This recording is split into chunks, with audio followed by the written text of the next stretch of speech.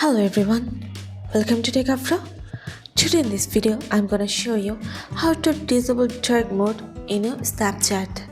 Before starting the video, please subscribe to Techavro. So let's get started. For this, you have to open your Snapchat.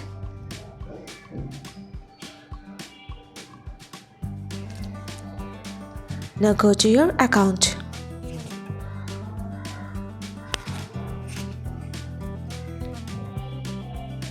Now press on settings.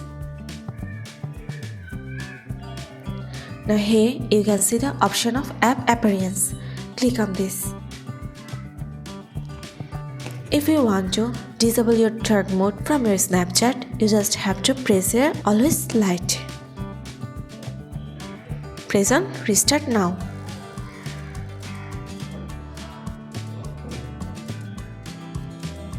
That's it. So this is how to disable dark mode in Snapchat.